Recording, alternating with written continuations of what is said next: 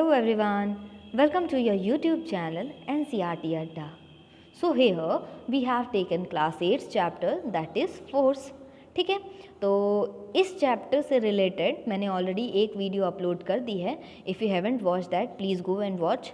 उसमें मैंने force actual में है क्या और उसके इफ़ेक्ट्स क्या क्या हैं उस पर हम लोगों ने बात की है. ठीक है, तो I will share the link in the description box so it will be easier for you to find out that video. Okay, so जो आज का टॉपिक है that is contact and non contact forces. But ये जो contact और non contact forces हैं इनके भी कुछ पार्ट्स हैं. ठीक है, इनके भी कुछ पार्ट्स हैं, तो ये एक बार में नहीं ख़त्म होगा, मतलब एक ही वीडियो में नहीं ख़त्म हो पाएगा. तो इसके लिए एक 2-3 वीडियोस अपलोड करनी पड़ेगी. अदरवाइज़ अगर मैं एक साथ डाल दूँगी तो वीडियो विल बी टू लेंदी. ठीक है, तो इसको हम लोग शॉर्ट में करके पढ़ेंगे ताकि वीडियो भी लंबी ना हो और कंसेप्ट भी क्लियर हो जाए. ठीक है, तो let us start with the concept of today that is contact and non contact forces.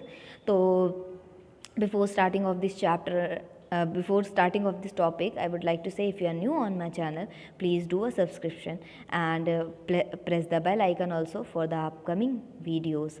Okay, share with these videos with your friends also. ठीक, तो let us start with the topic.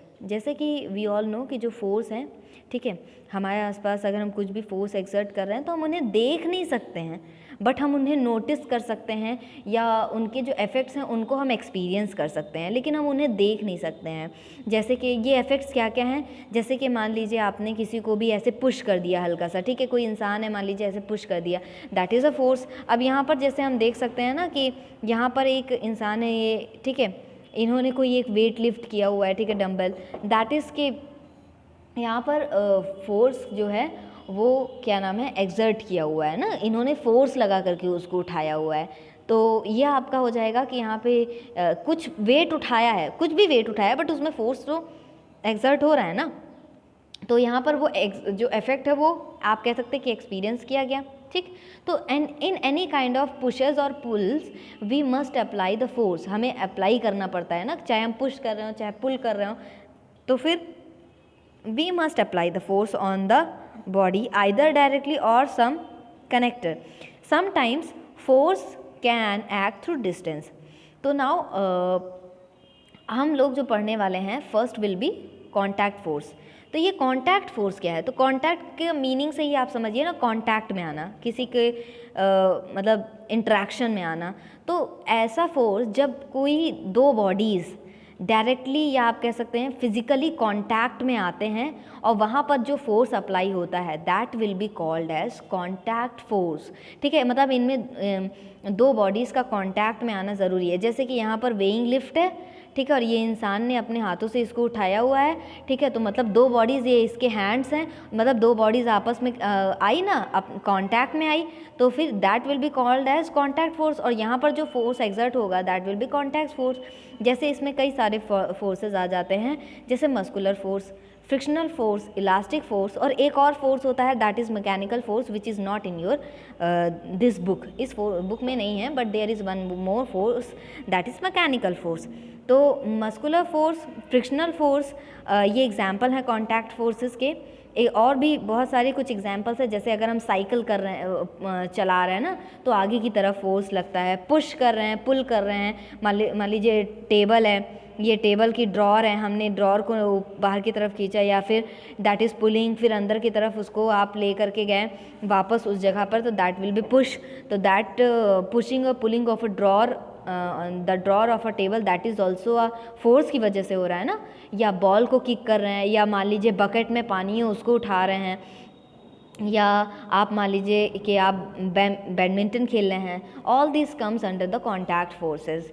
तो these all are the examples of contact forces.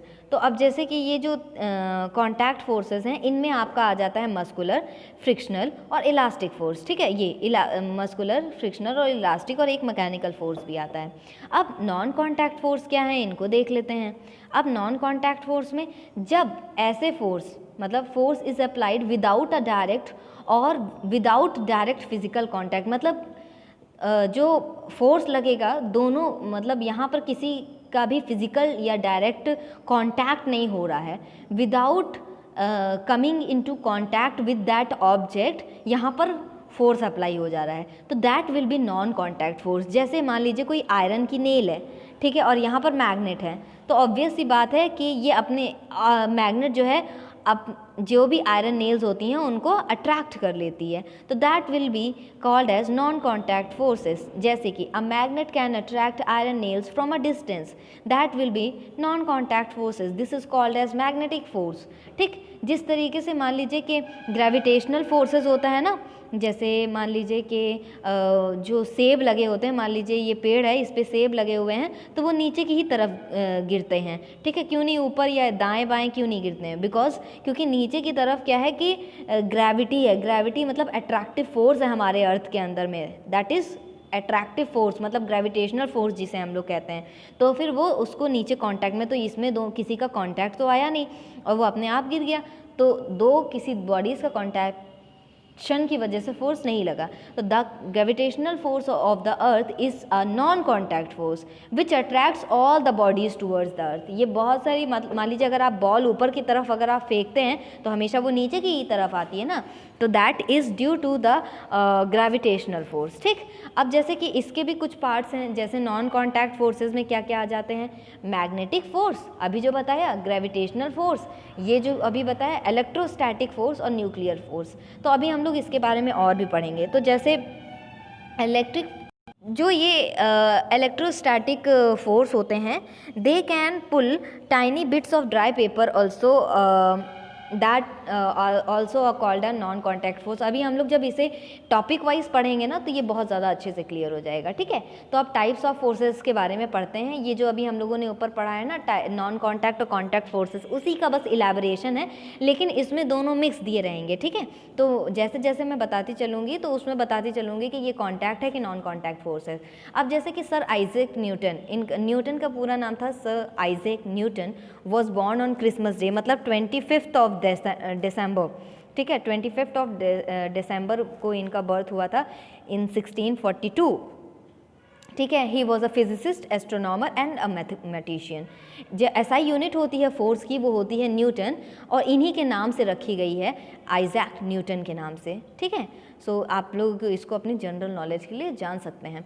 Now अब हम यहाँ पर पढ़ने वाले हैं मस्कुलर। पहला जो हमारा फोर्स है that is muscular force which comes under the muscular force. ठीक है, मस्कुलर फोर्स के एग्जाम्पल्स जो कॉन्टैक्ट फोर्सेस हैं उनमें आपका ये मस्कुलर फोर्स आता है। ठीक है, जैसे अगर हम देख लें तो it is a contact force, ये कॉन्टैक्ट फोर्स है। तो जो भी फोर्स हम अप्लाई करते हैं, ठीक है, these forces are applied by the muscles of the body is called muscular force. ठीक है, ये हमारे जैसे कि अगर हम हमारे जो मसल्स हैं हमारी बॉडी के, जो फोर्स अप्लाई किया जाता है वो हमारी मसल्स के थ्रू अप्लाई किया जाता है। जैसे अगर हम स्कूल का बैग, ठीक है, पीछे लिफ्ट करके ले जा रहे हैं तो हम वहाँ पर अपने आर्म्स जो है ना उनका, हम आर्म्स हमारे मसल्स पे ही तो पड़ा है ना। मान लीजिए कि हम अपने कंधे पर उसको ऐसे बैग को डालते हैं ना, टांगते हैं, तो फिर क्या होता है कि यहाँ पर फोर्स अप्लाई हो रहा है ना, तो that will be a muscular force. ठीक है, because force using the muscles on your arms and you can feel the strain. हम यहाँ पर थोड़ा सा खिंचाव महसूस करेंगे ऑन योर आर्म्स, यहाँ पर साइड में, इस साइड में आप लोग थोड़ा सा खिंचाव इसका महसूस करेंगे। ठीक है, तो on your arms muscles when you lift the bag, तो when you let the bag go down your muscles will relax. जैसे ही हम बैग को उतारते हैं हमारी मसल्स तुरंत रिलैक्स फील करने लगती हैं, और क्योंकि बैग में भारी सामान होता है, हम इसे जैसे ही अपने कंधों पर टांगते हैं, ठीक है, हमारी जो मसल्स हैं वो स्ट्रेन फील करने लगती हैं। ठीक है, क्योंकि यहाँ पर फोर्स अप्लाई हो रहा है, that is muscular force. Okay, तब we need to apply such muscular forces all the time to push and pull things. कभी कभार हम बहुत सारी चीज़ों को पुश करते हैं, पुल करते हैं, खींचते हैं अपने हाथों से ना, तो that will come under the, जैसे मान लीजिए हमने दरवाज़ा नहीं खुला, खूब तेज़ से दरवाजे को ऐसे करके खूब फोर्स लगा करके खोल रहे हैं, तो that will B muscular force.